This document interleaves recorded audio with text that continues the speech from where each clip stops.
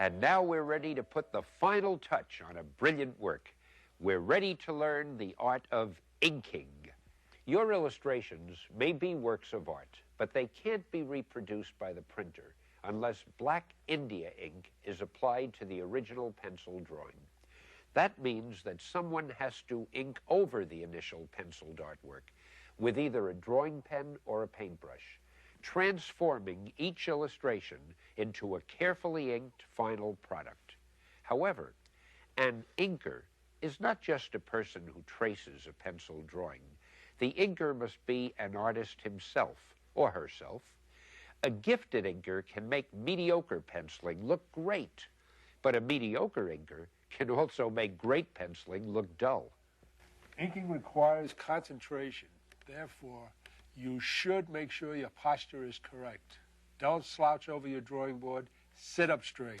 Ruling lines with your brush is far more difficult than using a pen, but the results are usually worth it. Just hold the ruler at about a 45-degree angle and run your brush along it like this.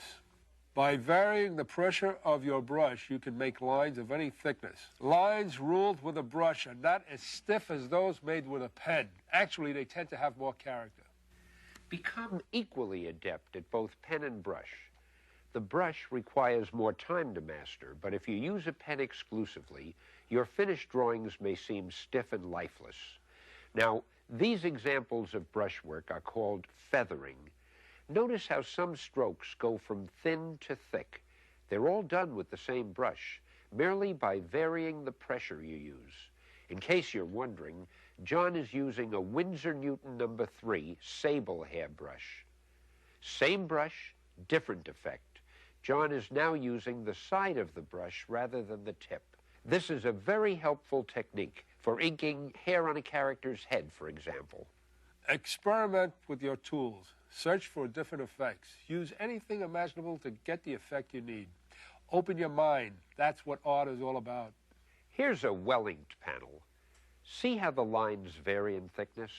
They're heavier on the underside of the bodies, away from the light. Now this gives solidity to the figures. And look how clear the picture is, even though there are a number of figures and a wealth of little details. You see, a good inker ensures that drawings will be understandable, no matter how complicated they might be. One way to achieve this is to use heavy blacks to make the figures stand out from the background. Now here's the same panel, but it's overworked. It's too dark and there are too many lines. When it's reduced to comic book panel size, it's going to be tough to understand. Too much texture has destroyed the basic beauty of the drawing, and it's almost impossible to read. On the other hand, here's an example of the other extreme. The inker here didn't use enough variety in his lines. The blackened areas are too skimpy and spotty, and they have no pattern. His lines are almost all the same weight, with no feeling of thick or thin. The characters, as you can see, just seem to blend into the background. It's boringly blah. Now, it's just as bad to keep a panel too light as it is to overwork it. The secret is to know when and where to place your strong black areas. Too little or too much will ruin your drawing. The black areas here are concentrated on just one side of the figure.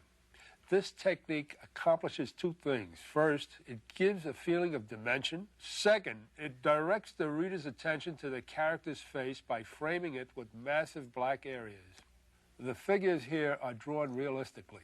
See how bold and simple the heavy black shadows are? Again, there's one bright light source illuminating one side of the body and casting the other side in deep shadow. Keep your inking simple, with just one definite light source in each panel. Now here, the main purpose is to create a mood of fear and menace. Look at both panels. Now concentrate on the simplified panel.